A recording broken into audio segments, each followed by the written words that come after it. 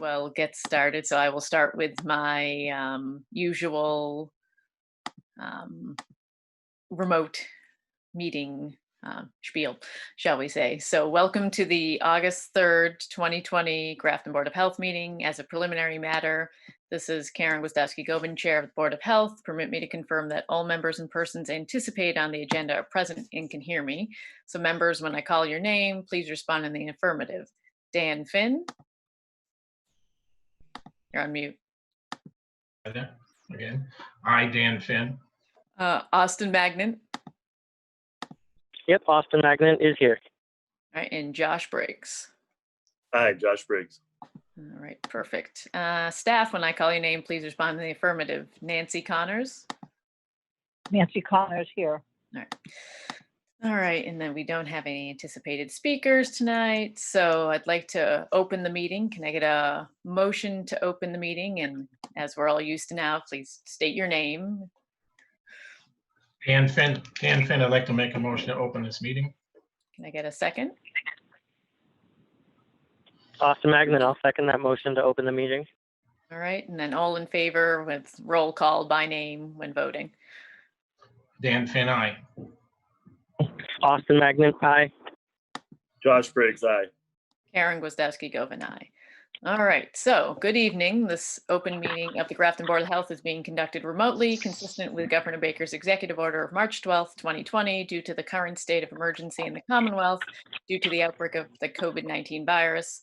In order to mitigate the transmission of the COVID-19 virus, we've been advised and directed by the Commonwealth to suspend public gatherings, and as such, the governor's order suspends the requirement of the open meeting law to have all meetings in a publicly accessible physical location. Further, all members of public bodies are allowed and encouraged to participate remotely. This order, which you can find posted to the town's website at www.grafton-mass.gov, allows public bodies to meet entirely remotely, so long as reasonable public access is afforded so that the public can follow along with the deliberation of the meeting. Ensuring public access does not ensure public participation unless such participation is required by law. This meeting will not feature public comment this evening. For this meeting, Grafton Board of Health is convening by video conference via Zoom, as posted on the town's website, identifying how the public may join along. Please note that this meeting is being recorded and that some attendees are participating by video conference. Accordingly, please be aware that other folks may be able to see you and that you take care not to screen share your computer, because anything that you broadcast could be captured by the recording and seen by other attendees who are watching. All supporting materials that have been provided to the members of this body are available on the town's website unless otherwise noted. The public's encouraged to follow along with the posted agenda unless I note otherwise. Before we turn to the first and only item on the agenda, permit me to cover some ground rules for effective and clear conduct of our business to ensure accurate meeting minutes. And in this situation, there are no speakers on the agenda, so we do not need to go into how to go through the when there's another speaker. And then if there's any type of discussion, obviously we do so as we have been through the chair. And then finally, when we get to the point of making the recommendation, the vote on said recommendations will be similar to how we open and close the meeting, where it will be a roll call vote after having a motion and a second in any discussion time frame. So with that being said, the only agenda topic is to review and discuss the candidates that we interviewed for the Board of Health vacancy back on last Monday, July 27th of 2020. So just for the public's sake, back on July 27th, the Board of Health had conducted interviews with the 6 applicants for the Board of Health vacancy, and we had started to discuss our thoughts on the applicants and our recommendation for 1 to 3 applicants to the select board. And I want to thank all of the applicants again. It was great to speak with each of you, and we really appreciate both you applying and then taking the time to meet with us. So as mentioned last week, the select board is the appointing authority, and they'll be conducting their own interviews, which as of right now is supposed to be tomorrow evening. I haven't heard that that has changed, at least at this point. The select board will have our recommendations coming out of this evening's meeting, and then they'll make the decision based on their interviews and the recommendation from our side as to who they would like to appoint for the vacancy. And then this is just as a reminder to fill the term vacated by Deb Schwinnard, which expires on June 30th of 2022. So all of that being said, let's, I guess, since we do not have that much time, I'm sure everyone has taken time over the past week, like we discussed, to go back through their notes and thoughts around the 6 applicants. So I figure probably best we pick up our discussion as we had left it last Monday. Karen, if I may. This Yes, is sir. Dan Finn, Madam Chair.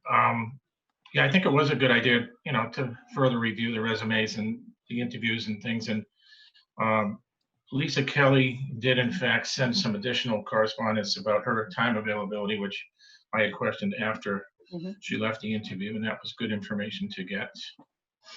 I think we're all in agreement that in order to replace Debbie, which is not an easy task, it would be good to get someone with a considerable amount of medical background, as well as availability and passion and good communication skills. It's still a difficult choice. And I'm not sure how everyone else feels, but being that time is of the essence, I would consider making a motion. I'm not making it now. Recommending Jennifer Maynard, Lisa Kelly, and William Muller, not in any particular order, to forward those names to the selectmen as our recommendations for their review and appointment. Josh and Austin, how do you feel about that? What 3 names did you say again, Dan? This is Austin. I heard Bill Yeah. and Jennifer. Yeah, Lisa Kelly, LPN, Jennifer Maynard, RN, and William Muller, MD. That's alphabetical order, but Okay, yeah, I wasn't sure if I heard Lisa's name, because I do agree with those 3 names that you just mentioned, Jennifer, Lisa, and William. I think William's a great candidate, especially he's retired now. He's got the time, he's got the knowledge, he's 40-year physician. I think Right. he's a great candidate. And I also thought Lisa was a very strong candidate too. Yeah. And it seems like, with her email back that she does have the time and she's willing, I think with her experience and her delegation experience, she'd be great at the EDS drills or at a real emergency dispensing site if we Yeah. actually had one. I think she's a very strong candidate. I agree with all 3 of those. Josh? Hi, Dan. This is Josh. I am in complete agreement with both you and Austin. Okay. All right, and this is Well- Karen, so am I. So Okay, Karen. I totally agree with, like we started discussing last week, replacing Deb is obviously extremely difficult. But with that being said, trying to come up with the recommendation is also hard, which is why I wanted to open it up to 1 to 3, knowing when we saw the applications that we had strong health medical experience, which is wonderful because that's what we're trying to ideally get back again with Deb's replacement. Not that we don't have health and medical experience currently on the board, but there was that additional, the passion for the MRC, the CERT, the nurse side of it, just trying to find the best replacement possible, given Debbie's skill set. Yeah, this is Exactly. Dan. I think any one of the 3 actually would be a big help to the board. So I think we should place the ball on the select boards on their plate and their court. And so that being said, I'd like to make a motion to recommend 3 individuals from the 6 applicants to the select board for a final selection by them and appointment by them to the 1 Board of Health seat. And those individuals are Lisa Kelly, LPN, Jennifer Maynard, RN, and William Muller, MD. Do we have a second? This is Austin Magnan. I will second the referral for those 3 individuals, for Jennifer, Lisa, and William. All right, any discussion? Hearing none, then we'll do a roll call vote for the motion and the second that we have on the table. Dan Finn, aye. Austin Magnan, aye. Josh Briggs, aye. Karen Gwiazdowski Govin, aye. Okay, All right. Thank you very much, everyone. Nancy, looks like you're still on. If you could send a message to Joanne, I think is who you've been Sure. working with. Like when you first get in tomorrow morning, that way, she knows, and that way she can disseminate the recommendation to the select board members prior to their meeting tomorrow evening. Absolutely. Nancy, this is Austin. Would you maybe also want to forward them the resumes for the 3 applicants as well so they can peruse those?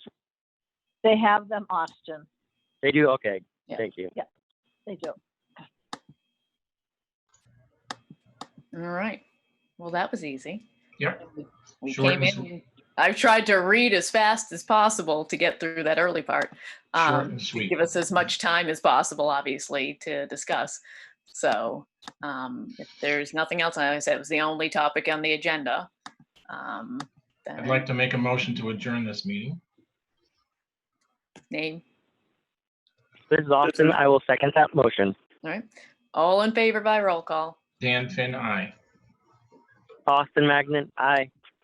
Josh Briggs, aye. Karen Gwiazdowski Govin, aye. Unanimous. All right. Well, that was probably one of our quickest ever meetings.